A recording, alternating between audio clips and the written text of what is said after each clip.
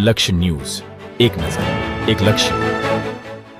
ભારે વરસાદની પરિસ્થિતિને પગલે સુરેન્દ્રનગર જિલ્લાના પ્રભારી સચિવ રાકેશ શંકરે નાયકા અને ધોળીધજા ડેમની મુલાકાત લઈ સ્થિતિની સમીક્ષા કરી.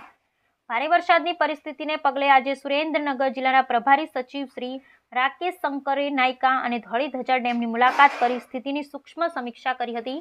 ઉપરવાસમાં પડેલા વરસાદ સહિતની ડેમમાં થઈ રહેલી પાણીની આવક અને હાલ રિલીઝ કરાઈ રહેલા પાણીના જથ્થા સહિતની વિગતોની વિસ્તૃત માહિતી મેળવતા પ્રભારી સચિવશ્રીએ જિલ્લાના વરિષ્ઠ અધિકારીઓ સાથે ગહન વિચાર વિમર્શ કર્યો હતો.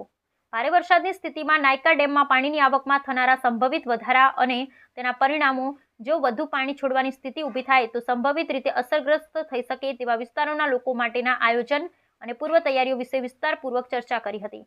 આ મુલાકાતમાં પ્રભારી સચિવે જરૂરી સૂચનો આપતા જણાવ્યું હતું કે ઝીરો કેઝ્યુઆલિટી અને માલ મિલકતના લઘુત્તમ નુકસાનના અભિગમ સાથે કામગીરી કરવાની થાય છે. તેમણે નાયકા અને ધોળીધજા ડેમમાં આવેલા વરસાદી પાણી અંગેની જાણકારી મેળવી હતી. જિલ્લા પ્રભારી આ મુલાકાતમાં જિલ્લા કલેક્ટર કે.સી. સંપટ, જિલ્લા પોલીસ અધિક્ષક ડોક્ટર ગિરીશ પંડ્યા સહિત વહીવટીતંત્રના વરિષ્ઠ અધિકારીઓ હાજર રહ્યા હતા. Bureau report Brijesh Trivedi, Surendranagar.